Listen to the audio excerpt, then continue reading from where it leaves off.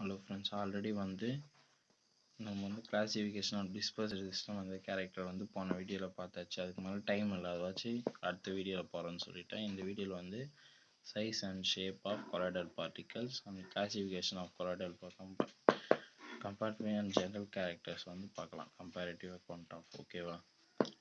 இது வரையும் தான் இந்த வீடியோவில் பார்க்க முடியும்.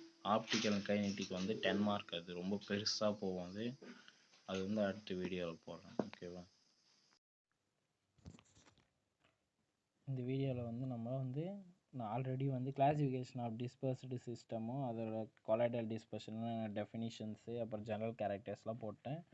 இப்போ ஃபஸ்ட் யூனிட்லேயே நம்ம என்ன பார்க்க போகிறோன்னா size and shape of colloidal particles அப்புறம் கிளாசிஃபிகேஷன் ஆஃப் கொலாய்டல் இதெல்லாம் எவ்வளோ முடிஞ்சோ இந்த வீடியோவில் அவ்வளோ கவர் பண்ணுறேன். இதில் size and shape of colloidal பார்ட்டிகல்ஸ்னு எடுத்துக்கிட்டோம்னா மொத்தம் அந்த 3 டிஸ்பர்ஷன் சொன்னேன் இல்லையா, அந்த மாலிகுலரு, கொலாய்டலு, கோர்ஸ் டிஸ்பர்ஷன். அது மூணுமே சைஸ் இங்கே லெஸ் தென் 1 நேனோமீட்ரு, அப்புறம் range between 1 nanometre to 1000 nanometre, அப்புறம் மோர் தென் 1 மைக்ரோமீட்ரு ஓகேவா. இந்த சைடில் இருக்கு பாருங்க இங்கே ஓகேவா. இது வரையும் எழுதுனாவே 2 மார்க். ஏன்னா இது 2 மார்க்கில் கேட்குற கொஷின் தான். 5 மார்க்கில் கேட்குறது ரொம்ப ரொம்ப ரேரு. 10 மார்க்லாம் சான்ஸே கிடையாது இதில் கேட்கறதுக்கு. அப்படி கேட்கறதுனா எப்படி கேட்பாங்கன்னா, இந்த கொஷின் கேட்டு அது கூட அடிஷ்னலாக இன்னொரு கொஷின் சேர்த்து வேணால் கேட்க சான்ஸ் இருக்குது. ஆனால் இதை மட்டும் தனியாக 5 மார்க் கேட்க சான்ஸே இல்லை. ஏன்னா இது ரொம்ப ரொம்ப ஷார்ட்டான கொஷின். நீங்கள் இது ஈஸியாகவே எழுதிடலாம். படித்து பார்த்தீங்கன்னா தெரியும். The shape of colloidal particles are depending upon their method by which they are prepared and type of interaction. அந்த மெத்தடை பொறுத்து தான் இந்த கொலாய்டல் பார்ட்டிகல்ஸ் சைஸை நம்ம அதான் மெத்தட்னா இதை தான் சொல்கிறாங்க. இது நமக்கே தெரியாதா மாலிகுலர் டிஸ்பர்ஷனு. இதை வச்சு தான் இந்த சைஸ் எல்லாம் நம்ம சொல்லுவோம் அப்படின்னு ஃபஸ்ட்டு பாயிண்ட் அது ஓகேவா. அதை பார்த்தோம்னா நம்ம டைப் ஆஃப் இன்ட்ராக்ஷன் எப்படி நடக்குது அப்படின்றதையும் அதை வச்சு நம்ம கண்டுபிடிக்கலாம். போன வீடியோ நீங்கள் பார்த்துருந்தீங்கன்னா இது புரியும். அதாவது மாலிகுலர் டிஸ்பர்ஷன் உடனே கரைஞ்சிடும் கடகடன்னு. கொஞ்சம் அதுக்கப்புறம் கொலாய்டல் டிஸ்பர்ஷன் கொஞ்சம் ஸ்லோவாக கரையும். இது கோர்ஸ் டிஸ்பர்ஷன் கரையவே கரையாது அது மாதிரி. அதுதான் அந்த இன்ட்ராக்ஷன் வச்சும் நம்ம பார்ட்டிகல் சைஸை ஐடென்டிஃபை பண்ணலாம் அப்படின்னு சொல்கிறாங்க. அவ்வளோதான். இது என்னென்ன ஷேப்பில் இருக்குன்னா cubical, spherical, spiral thread, cylindrical, disc, rod shape இந்த மாதிரி இதுலலாம் இருக்குது ஓகேவா. அது நான் இந்த ஸ்லைடு போடுறேன், ஒரு டைம் நீங்கள் படித்து பார்த்தீங்கன்னாவே உங்களுக்கே புரிஞ்சிடும் ஓகேவா.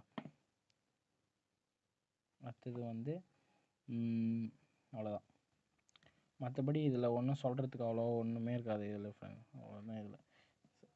இவ்வளோ தான் பார்ட்டிகல் சைஸ் அவ்வளோ இருக்காது. மெயின் இதில் மெயினாக இது வேணால் கேட்க சான்ஸ் இருக்குது ஓகேவா. சான்ஸ் இருக்குல்ல, இது கேட்குற கொஷின் தான். கிளாசிஃபிகேஷன் ஆஃப் கொலைட்ஸோட இதில் நிறைய கன்ஃபியூஷன் ஆவாங்க பசங்க. என்னதுன்னா இருங்க ஃப்ரெண்ட்ஸ் செட் பண்ணிக்கிறேன்.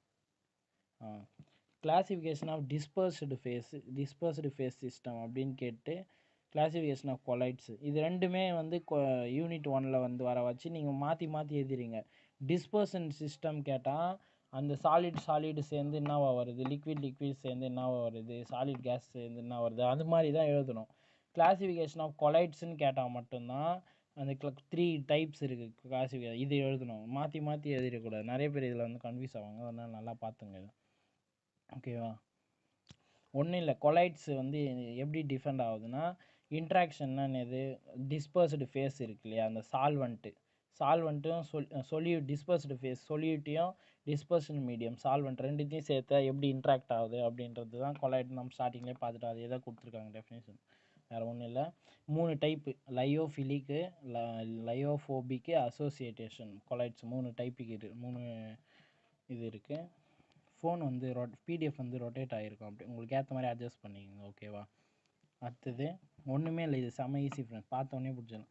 லயோனா சால்வெண்ட்டு ஓகேவா, ஃபிலிக்னா loving. Solvent loving collides lyophilic கொலைட்ஸ்னு சொல்லுவாங்க. உங்களுக்கு படிச்சிங்கனாவே புரியும் ஓகேவா. அடுத்தது அதே மாதிரி ஃபோபிக்னா ஏட்டிங் ஓகேவா. லயோஃபிலிக்னா லவ்விங் கொலைட்ஸு, இது ஏட்டிங் கொலைட்ஸு, அதே தான் சொல்கிறாங்க ஓகேவா. இந்த மாதிரி டிஃப்ரென்ஸ் பண்ணி படிச்சிங்கன்னா உங்களுக்கு ஈஸியாக மெமரி ஆகிடும். இப்போ there are those solution in which the dispersed phase greating attraction of the dispersion medium. இப்போ இதில் என்ன சொல்கிறாங்க, லவ்விங்னா அட்ராக்ஷன் அதிகமாக இருக்கும். அப்படின்னா என்ன சொல்கிறாங்க, நீங்கள் ஒரு தண்ணி வந்து டிஸ்பர்ஸ்டு மீடியம், உப்பு வந்து டிஸ்பர்ஸ்டு பேஸ்ன்னு வச்சுக்கோங்க. ரெண்டுத்தையும் வந்து கரைக்கிறீங்கன்னா கடன்னு கரைஞ்சிட்டோம். அட்ராக்ஷன் கிரேட் இன்ட்ராக்ஷன் இருக்கும், கிரேட் அட்ராக்ஷன் நடக்கும், கடன்னு கரைஞ்சிட்ட வச்சு. அதனால தான் வந்து லயோஃபிலிக் வந்து லவ்விங் கொலாய்ட்ஸ் அப்படின்னு வந்து சொல்கிறாங்க. நான் ஒரு எக்ஸாம்பிளுக்கு தான் சொன்னேன் சால்ட் வாட்டர்னு. நீங்கள் வந்து எக்ஸாம்பிள் வந்து அப்படி எழுதக்கூடாது. Dispersed phase as a greater attraction to the dispersed medium தான் எழுதணும். இப்போ இந்த லயோஃபிலிக் கொலாய்ட்ஸ்லேயே வந்து 2 டைப் இருக்குது, ஓகேவா? ஹைட்ரோஃபிலிக்கு, லிப்போஃபிலிக்கு. இது ஒன்றும் அவ்வளோ கஷ்டம் கிடையாது. ஏன்னா இது டைப்பு போதே அப்படிலாம் இல்லை, ரொம்ப ஈஸி, ஒன்றுமே கிடையாது, ஒரே வார்த்தைங்க தான் இருக்கும். இப்போ வந்து ஹைட்ரோஃபிலிக்னா என்னது? ஹைட்ரோனா என்னது? வாட்ரு, ஓகேவா? லிப்போஃபிலிக்கு, ஓகேவா? லிப்போஃபிலிக்னா அதர் தென் வாட்ரு, ஓகேவா? லிப்போஃபிலிக்னா அதர் தென் வாட்ரு. நீங்கள் ஆயிலுன்னு ஞாபகம் வச்சுங்க. அதாவது நம்ம டிஸ்பர்ஷன் மீடியம் இருக்குல்ல, டிஸ்பர்ஷன் மீடியம்னாவே லிக்விடு தான். டிஸ்பர்ஸ்டு ஃபேஸ்னாவே ஒரு பொருள் தான். ஒரு சொல்யூட்டுன்றது வந்து ஒரு பொருள் தான். அது சர்க்கரையாக இருக்கலாம், உப்பாக இருக்கலாம், அது மாதிரி ஒரு பொருள், ஓகேவா? டிஸ்பர்ஷன் மீடியம்ன்றது ஒரு லிக்விடு. அது எண்ணெயாக இருக்கலாம், தண்ணியாக இருக்கலாம். அது ரெண்டுத்தையும் கலந்து உருவாக்குறது தான் நம்ம டிஸ்பர்ஷன்னு சொல்லிட்டு படிக்கிறோம் இல்லையா? அதே மாதிரி தான் இந்த ஹைட்ரோஃபிலிக்ன்றது வந்து வாட்டரை வச்சு மட்டும் பண்ணுறது. வாட்டரை வச்சு பண்ணால் அது ஹைட்ரோஃபிலிக்னு சொல்லுவாங்க இந்த கொலாய்ட்ஸ் டிஸ்பர்ஷன்லேயே. அது வந்து எந்த டைப்பில் வருதுன்னா லயோஃபிலிக் கொலாய்ட்ஸில் வந்து வருது. அதே மாதிரி லிப்போஃபிலிக் வந்து வாட்டரை தவிர மற்ற எது பண்ணாலும் வந்து அது லயோஃபிலிக்கில் வந்து சேர்த்துருவாங்க. அவ்வளோதான் ஃப்ரெண்ட்ஸ், ஈஸியாக இருக்கும். இதுக்கு எக்ஸாம்பிள் வந்து அக்காஷியா, கம்மு, ஜெல்லு, அந்த மாதிரி ஹைட்ரோக்கு. இதுக்கு வந்து ரப்பரு, பாலிஸ்டெரின்னு, அந்த மாதிரி நான் அக்வஸ் சொல்யூஷன் வந்து வரும், ஓகேவா? அப்புறம் இது ரெண்டுத்துக்கும் வந்து டிஃப்ரென்ஸ் வந்து இருக்கும், இது நான் சொல்கிறேன். அவ்வளோதான், இதோட வந்து இது 2 டைப் முடிஞ்சிச்சு, ஓகேவா? லயோஃபிலிக்கு டைப்பு. சரி, இந்த லயோஃபிலிக் வந்து என்னதுன்னு பார்த்தோம்னா, இது வந்து தெர்மோடைனமிக்லி ஸ்டேபிள். ஏன்னா இது வந்து ஈஸியாக அட்ராக்ஷன் ஆகி கரைஞ்சிது இல்லையா, அதனால வந்து இது ஸ்டேபிளாக இருக்கும், ஹை ஸ்டெபிலிட்டியாக இருக்கும், ஓகேவா? விஸ்காசிட்டி கூட இதில் வந்து இன்க்ரீஸாக தான் இருக்கும். ஏன்னா ஈஸியாக கரைஞ்சிச்சுன்னா நம்ம இப்போ அதை ஊற்றுறோம்னா சல்லுன்னு போவோம் இல்லையா? அப்படி ஒரு கட்டை பெஞ்ச் இருக்குது, அந்த பெஞ்ச் மேலே வந்து நம்ம இப்போ கலந்து வச்சதை வந்து ஊற்றுறோம், கரைஞ்சிட்டதை. அது வந்து நல்லா ஈஸியாக கரைஞ்சிட்டு வச்சு அது லிக்விடாக தான் இருக்கும். அப்படியே ஊற்றினோடனே சல்லுன்னு வரும் இல்லையா? அப்படியே ஊற்றினு கடகடன்னு கீழே போயிடும் ஊற்றினா. அது மாதிரி இருக்கிறது தான் விஸ்காசிட்டி வந்து இன்க்ரீஸ் ஆகுதுன்னு சொல்கிறாங்க, ஓகேவா? இப்போ வந்து செகண்ட் டைப் வந்து பார்க்கலாம். அதே மாதிரி தான் இந்த டேர்ம் வந்து நம்ம ஆல்ரெடி பார்த்தோம், ஏட்டிங் கொலாய்ட்ஸ்னு பார்த்துட்டோம். In which the dispersed phases very less interaction. இப்போ லவ்விங்னா வந்து அட்ராக்ஷன் வந்து சீக்கிரமாக நடக்குது, நல்லா கரைஞ்சிச்சு அப்படின்னு சொல்லுவோம். அப்போ ஏட்டிங்னா உங்களுக்கே தெரியும், அதுக்கு ஆப்போசிட். ஏட்டிங்னா என்னது? கரையாது அப்படின்றாங்க, அவ்வளோதான். டிஸ்பர்ஸ்டு ஃபேஸ் வந்து அவ்வளோ லெஸ் இன்ட்ராக்ஷனாக இருக்கும் டிஸ்பர்ஷன் மீடியம் கூட அப்படின்னு சொல்கிறாங்க. அதே ஆப்போசிட் அப்படியே தான். இது வந்து தெர்மோடைனமிக்லி அன்ஸ்டேபிள். ஏன்னா சீக்கிரமாக கரையாத வச்சு இது அன்ஸ்டேபிள், ஸ்டெபிலிட்டியும் லோவாக இருக்குது அப்படின்னு சொல்கிறாங்க. அதே மாதிரி தான் இப்போ. ஆனால் இதில் வந்து என்னென்னா விஸ்காசிட்டி வந்து அதே கம்மியாக தான் இருக்கும். விஸ்காசிட்டி வந்து அதே மாதிரி இன்க்ரீஸும் ஆகாது. அப்படியே இதுக்கு ஆப்போசிட்டாக இருக்கும், ஓகேவா? லயோஃபிலிக்கு லயோஃபோபிக்கும் ஆப்போசிட்டாக இருக்கும். நீங்கள் படிச்சிங்கனாவே புரிஞ்சிடும், அவ்வளோதான். இது வந்து இது கிளாசிஃபிகேஷன். இதுக்கு எக்ஸாம்பிள் வந்து மெட்டலு, கோல்டு, அந்த மாதிரி போட்டுக்க வேண்டியது தான். அடுத்தது அசோசியேஷன் கொலாய்ட்ஸுக்கு இன்னொரு பேர் வந்து ஆம்பிஃபிலிக் கொலாய்ட்ஸ். இதெல்லாம் வந்து 2 மார்க்கில் கேட்க சான்ஸ் இருக்குது. இப்போ 2 மார்க்கில் வந்து உங்களுக்கு ஆம்பிஃபிலிக் கொலாய்ட்ஸ்னு கேட்டால், ஐயோ நம்ம இது எங்கேயுமே பார்க்கலையே, நம்ம 3 கொலாய்ட்ஸ் தானே படித்தோம் அசோசியேஷன் கொலாய்ட்ஸு, அப்போ ஆம்பிஃபிலிக்னு ஒன்று இல்லையே அப்படின்னு விட்டுறக்கூடாது. அதுக்கு இன்னொரு பேர். அதுக்காக தான் அனதர் நேம் வந்து எப்போவுமே படித்து வச்சுக்கணும், அது ரொம்ப ரொம்ப இம்பார்ட்டண்ட்டு. இது வந்து போத் போலார் அண்ட் நான் போலார் குரூப்பில் வந்து வேலை செய்யும், ஓகேவா? அப்புறம் இது வந்து செப்பரேட்லி லோ கான்சன்ட்ரேஷனு. இது வந்து சிஎம்சியில் வந்து ஒர்க் பண்ணுது, கிரிட்டிக்கல் மிஸ்சிலியஸ் கான்சன்ட்ரேஷனில் வந்து ஒர்க் பண்ணுது. கிரிட்டிக்கல் மிஸ்சிலியஸ் டெம்பரேச்சர்னால் ஒன்றும் இல்லை, ஒரு பார்ட்டிகளை வந்து கரைக்கிறோன்னா வச்சுங்களேன், அந்த பார்ட்டிகள் வந்து எப்படி அட்ராக்ட் ஆகும்னா, ஒரு பார்ட்டிகளோட இன்னொரு பார்ட்டிகளோட கஜன்னு ஒன்றா சேர்ந்து கரையிறது வந்து தான் இது வந்து அப்படி சொல்கிறாங்க, ஓகேவா? அது மாதிரி கரையிறது தான் சிஎம்சியில் அண்டரில் வந்து இதுக்கும் விஸ்காசிட்டி வந்து இன்க்ரீஸ் ஆகும்.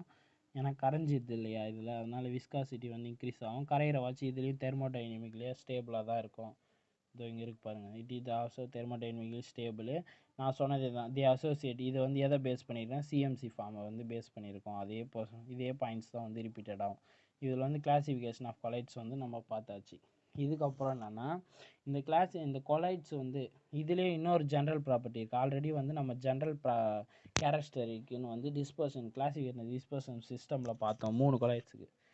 அது வந்து எதுக்கு பார்த்தோன்னா டிஸ்பர்ஷனுக்கு பார்த்தோம். டிஸ்பர்ஷன் டைப்னா என்னது, molecular dispersion, colloidal dispersion, coarse டிஸ்பர்ஷனுக்கு வந்து நம்ம வந்து டிஃப்ரென்ஸ் பார்த்தோம். அதே மாதிரி இதுக்கும் ஜென்ரல் கேரக்டர் என்னதுன்னா லயோஃபிலிக் கொலைட்ஸுக்கு பார்க்குறோம். ஓகேவா, இது வந்து நீங்கள் படிச்சிங்கனாவே புரிஞ்சிடும். இது சொல்லி நான் டைம் வேஸ்ட் பண்ண விரும்பலை. உங்களுக்கு பார்த்தீங்கன்னாவே புரிஞ்சிடும் இது சைஸ்னா டிஃப்ரெண்ட்டு மூணுத்துக்கும் அப்படின்னு சொல்லிட்டு. இந்த ஸ்லைடு வந்து உங்களுக்கு ஸ்க்ரீன்ஷாட் எடுத்துக்கிட்டோன்னா நான் அப்படி காட்டுறேன் ஃபுல்லாக.